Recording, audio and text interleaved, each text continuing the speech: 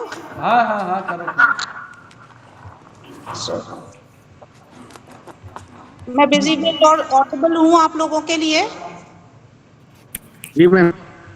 हाँ, नमस्ते to everyone. I am IQAC coordinator of Sri Vaishnav College, Aligarh, and this meeting is for the promotion of Dr. Devendra. He is in Sanskrit और इनका 13A से 14 में हो रहा है। अभी मैं मीटिंग को इनिशिएट कर रही हूँ और मैं पहले इंट्रोडक्शन करा दूँ। सबसे पहले हैं प्रोफेसर निहारिका चतुर्वेदी जी। नमस्कार सभी को। हाँ, SRK college Firozabad. Next is professor Asha Rani Pandey ji. नमस्कार। She is from Dayanand Girls PG College, Kanpur. After that, there is Professor Harish Kumar ji. नमस्कार मैम, सभी को नमस्कार। He is respectable VC nominee. And Madam Rashmi is just to join us because she is having some urgent issues. So she has to join the meeting within 10 minutes. So before yes, the member is Professor Rajesh Prakash ji, RPO. He would also join us soon. But हम meeting को शुरू कर रहे हैं। Subject experts are with us. तो उससे पहले मेरी रिक्वेस्ट रहेगी आपकी जी हैं डॉक्टर पंकज वाशने जी। नमस्ते। और एक रिक्वेस्ट रहेगी कि आप लोग उनके देवेंद्र जी के सारे उससे गो थ्रू हो लें। डॉक्टर देवेंद्र इज देयर और उन्होंने अपनी सारी भी जो भी उनकी रिक्वायरमेंट है प्रमोशन के लिए उसकी उन्होंने एक प्रेजेंटेशन प्रिपेयर की है, वो अभी आपके सामने प्रस्तुत करेंगे। But prior to it I have a request from specially subject expert Niharika ji and Asha Rani ma'am से मेरी रिक्वेस्ट रहेगी। मैम, आप समर्थ में लॉग इन करके रिमार्क को प्लीज जल्दी भेज दीजिएगा। पिछली मीटिंग में हमें थोड़ा प्रॉब्लम हो गई थी, ज़्यादा दिन हो जाते हैं। तो जहां आप इनका फॉर्म आपके समर्थ लॉगिन में दिखाई देगा और ऊपर ही जहां पे इनका फोटो लगा हुआ है देवेंद्र जी का, देवेंद्र जी आपको दिखाई दे ही रहे हैं, उसके लेफ्ट हैंड साइड पे एक रिमार्क का कॉलम है, उसमें आप लोगों को मार्क देने हैं।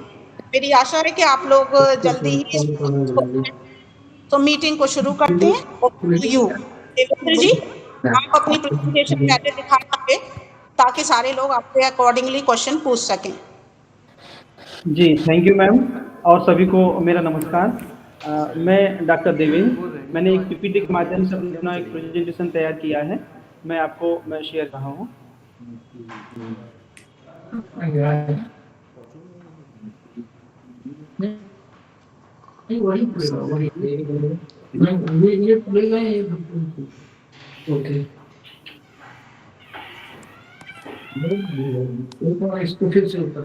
अच्छा नेट है आपका और रिफ्रेश मारो क्या बाबा? हाँ फिर से ये मैंने अपना ये प्रेजेंटेशन तैयार किया है। मैं doctor Devendra Kumar, associate professor department वाला है कॉलेज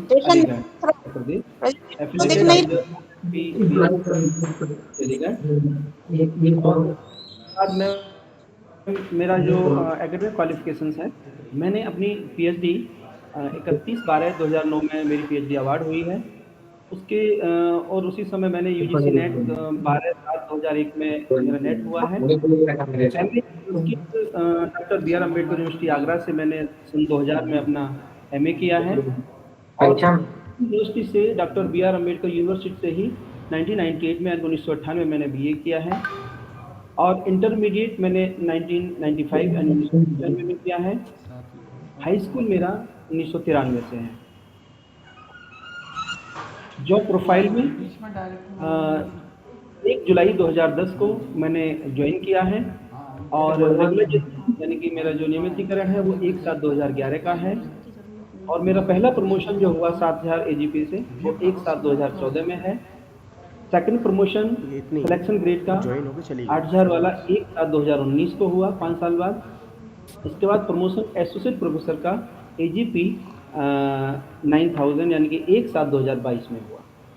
और मैंने 2010 में ज्वाइन करने के बाद KNPG कॉलेज तेजगांव से मैंने 20/7/2022 में रिलीविंग के साथ श्री वार्षिक कॉलेज में मैंने 21/7/2022 को ज्वाइन किया है।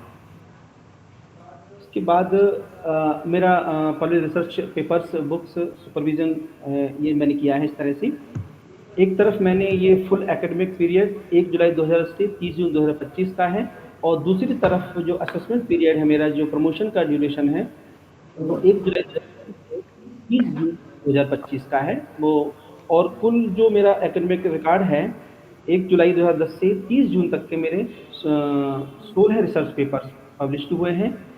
बात करते हैं असेसमेंट ईयर की, तो उसमें मेरे 12 रिसर्च पेपर पब्लिश्ड हैं। यानी कि जो 3 साल का हमारा जो ड्यूरेशन है, उसमें 1 जुलाई 2022 से 30 जून 25 तक 12 उसमें रिसर्च पेपर हैं। इधर फुल एकेडमिक जो मेरा पीरियड है, इसमें मैंने 4 बुक्स मेरी पब्लिश हुई हैं, लेकिन इस जो असेसमेंट ईयर है, इसमें 3 बुक मेरी पब्लिश हुई हैं।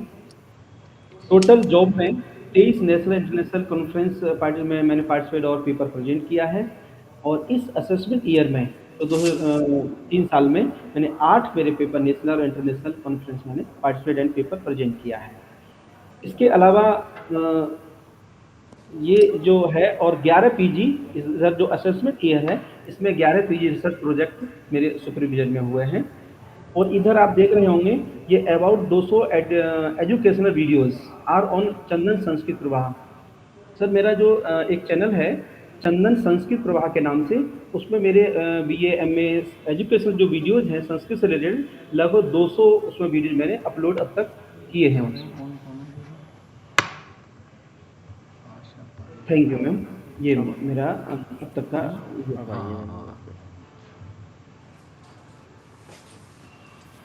सभी को नमस्कार। सॉरी लेट हो गई मैं, बोल रही हूँ एक्चुअली हमारे यहाँ क्लैट का एक एग्जाम था, उसकी ऑल ऑफ ए सडन ये मीटिंग 12 बजे से आ गई थी, तो वही मेरी चल रही थी, तो मैं थोड़ा लेट ज्वाइन कर पाई। I am really very sorry. Welcome ma'am from Varshney college Aligarh. Thank you so much ma'am. नमस्कार। नमस्कार नमस्कार नमस्कार मैम। नमस्कार सभी को नमस्कार मेरा। अब सब्जेक्ट एक्सपर्ट्स अगर अपनी क्वेरीज हैं तो पूछ सकते हैं देवेंद्र जी से।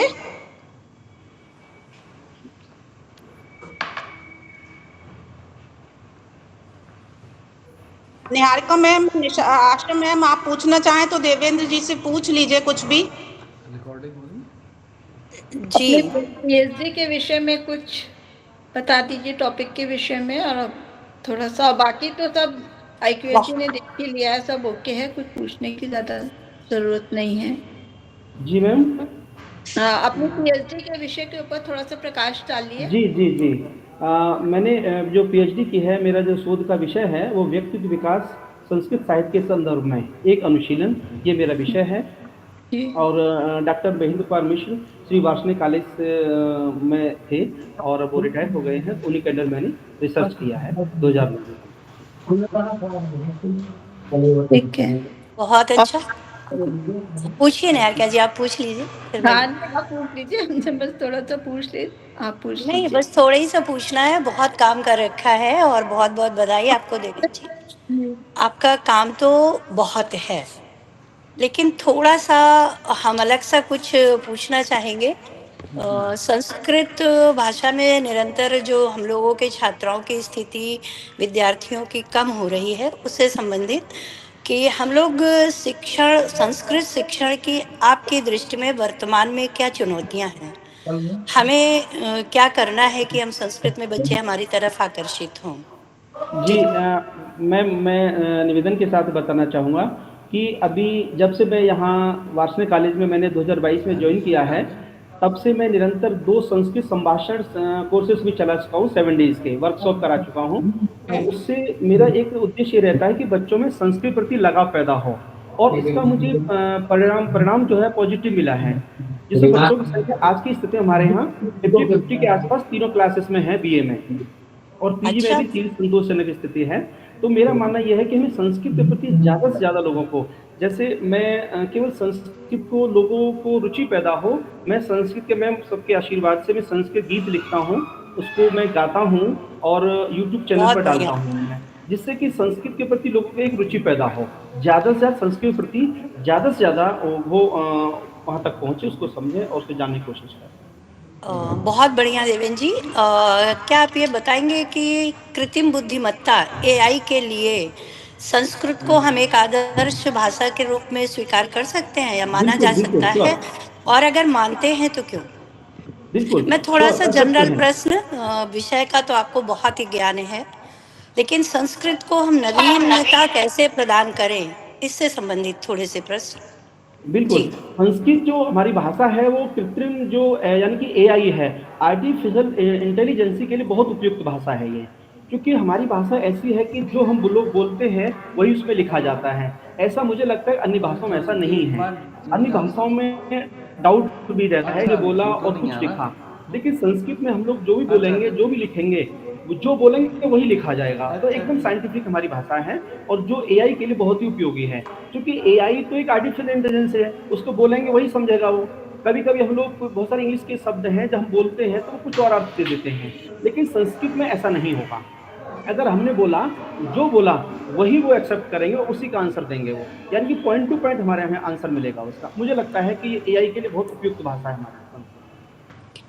जी, क्योंकि हमारी जो भाषा है वो व्याकरण की दृष्टि से सर्वश्रेष्ठ है, उसमें नियमबद्धता, क्रमबद्धता, सुसंगति है, जी, इसलिए वो श्रेष्ठ है। बहुत बढ़िया। थोड़ा और डाटा कंप्रेशन होता है, हम लोग चूंकि संस्कृत के पाठ्यक्रम में कंप्यूटर को ले आए हैं अपने विश्वविद्यालय में, और उत्तर प्रदेश संस्थान के द्वारा भी जो सिलेबस बना है उसमें भी कंप्यूटर है। तो जो ये डाटा कंप्रेशन होता है कंप्यूटर में, संस्कृत जो हमारी संधि और समास है, ये किस रूप में सहायक हो सकते हैं, ये आखिरी प्रश्न है।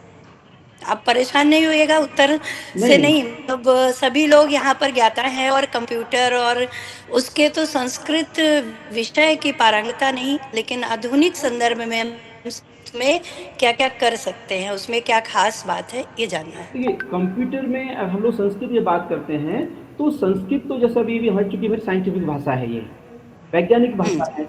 और अभी जैसा अभी मैंने बताया कि संस्कृत में हम लोग जो बोलते हैं वही लिखा जाता है। तो जो हमारा संगणक है, जो कंप्यूटर है, वो एक तरह से जो रीडिंग पावर है उसकी, या सॉफ्टवेयर है, जैसे कि अब वर्तमान सॉफ्टवेयर बन रहे हैं और लगातार उस पर काम हो रहा है। तो भविष्य में आने वाली जो भी चीज़ें हैं, उसको हम लोग वेद से लेकर के और आधुनिक संस्कृत तक जो भी हमारा ज्ञान है, जो पारंपरिक ज्ञान है, उसको हम तुरंत डायरेक्ट कनेक्ट कर सकते हैं उससे, और ज़्यादा से ज़्यादा आसानी से लोगों तक पहुँच सकता है वो, सोशल मीडिया आदि के माध्यम से वो। जी।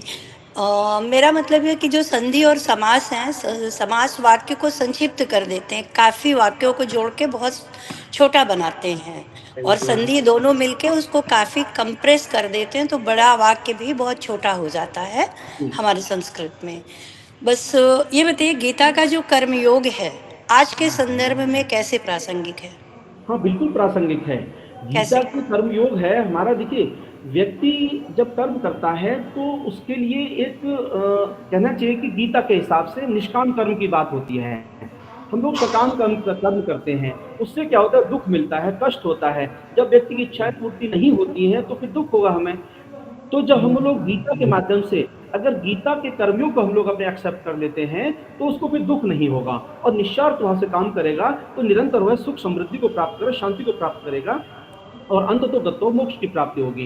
यानी कि गीता का कर्मयोग हमें सिखाता है कि हम निष्काम कर्म भाव से अपना निरंतर कर्म करें, और उसमें हम लोग फल की चिंता न करें, जिससे कि हमें, चूँकि फल देने वाला तो ऊपर वाला है, भगवान है, तो हम केवल कर्म करें, इससे हमें दुःख नहीं होगा। फल मिलेगा, नहीं मिलेगा, पॉजिटिव मिलेगा, नेगेटिव मिलेगा, वो तो वो जाने।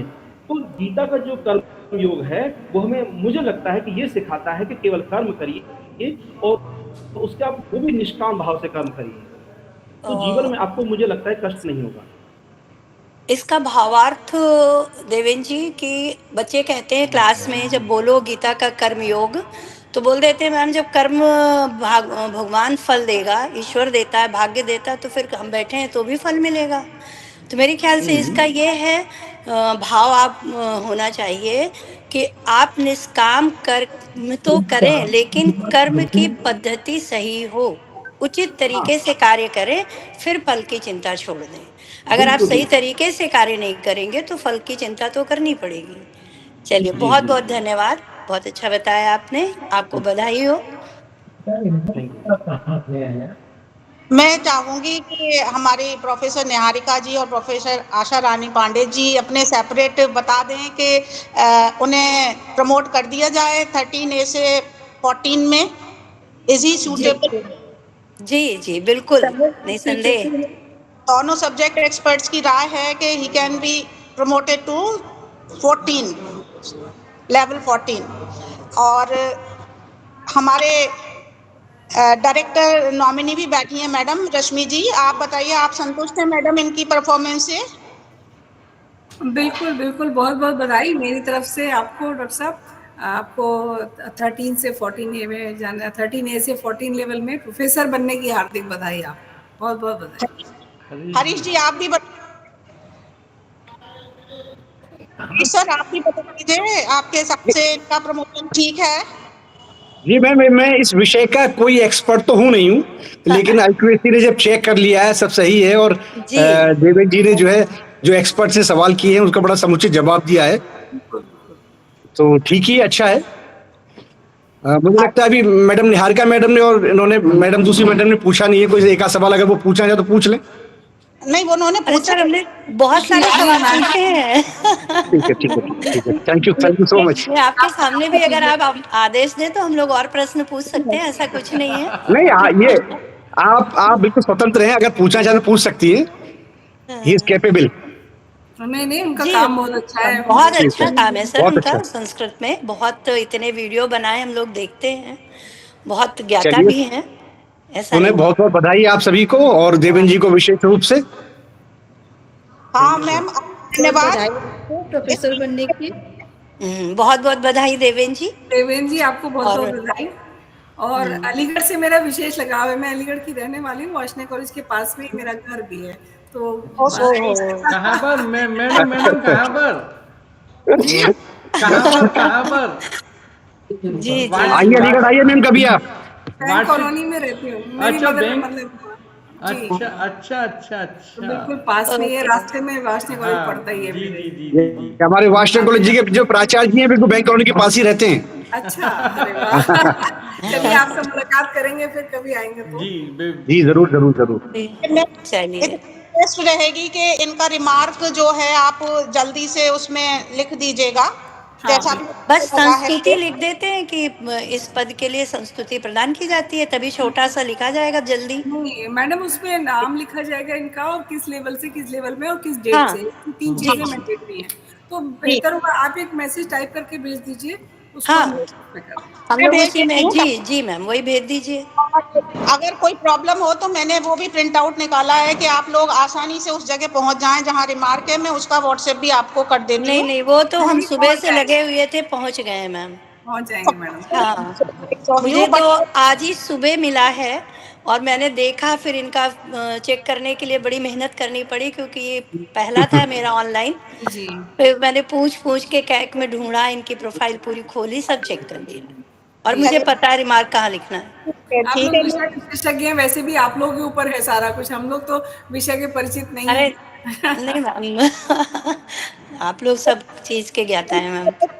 है कि संस्कृत सभी का विषय है, हमारी संस्कृति से रिलेटेड, और आपने जो बातें कही हैं, जो आप कह रहे हैं कंप्रेस, तो कंप्रेशन अब लास्ट में देवेंद्र जी एक छोटा सा संस्कृत का गीत सुना दीजिए, बस ये मेरी एक रिक्वेस्ट। जी यही मन था मेरा भी मैम। ठीक, सब ये लोग गीत बड़े सुंदर सुनाते, बड़े सुर में सुनाते हैं। देवेंद्र, एक छोटा सा सुना। देवेंद्र जी, अगर आप हिंदी वाले गीत की संस्कृत बना के गाते हो तो वो बताइए, वो ज्यादा अच्छा होगा सबके लिए। अच्छा, एक तो मैंने ऐसे ही भजन लिखा था भगवान राम के लिए, और संस्कृत गीत भी लिखा है, कहे तो मैं उसी को सुना देता हूँ। सुना दीजिए, संस्कृत समझ में आती है सर, हम लोग को समझ में आ जाएगी, कोई दिक्कत नहीं मैम, जो फिल्मी मैंने गीत लिखा है कन्वर्ट किया उसको सुनाऊं, या अलग से लिखा है भगवान राम के लिए लिखा वो सुना दूं? आपकी जो इच्छा हो, जो आपको पसंद हो वो सुना। जो सर्वजन ग्राह्य हो, जिसे सब लोग बहुत अच्छे से समझ ले, वो सुना दीजिए अपनी तरफ से। हाँ मैं सुनाता हूँ। एको रामेव मम जीवनम् ध्यायामि सदैव अहम्। एको रामेव मम जीवनम् ध्यायामि सदैव अहम्। श्रीरामागच्छ त्वं मम गृहम् अर्पयामि नमामि अहम्। एको रामेव मम जीवनम् ध्यायामि सदैव अहम्। मम रामं वसति अयोध्या मम रामं वसति अयोध्या। मैं भूल गया हूँ, थोड़ा सा याद नहीं आ रहा है।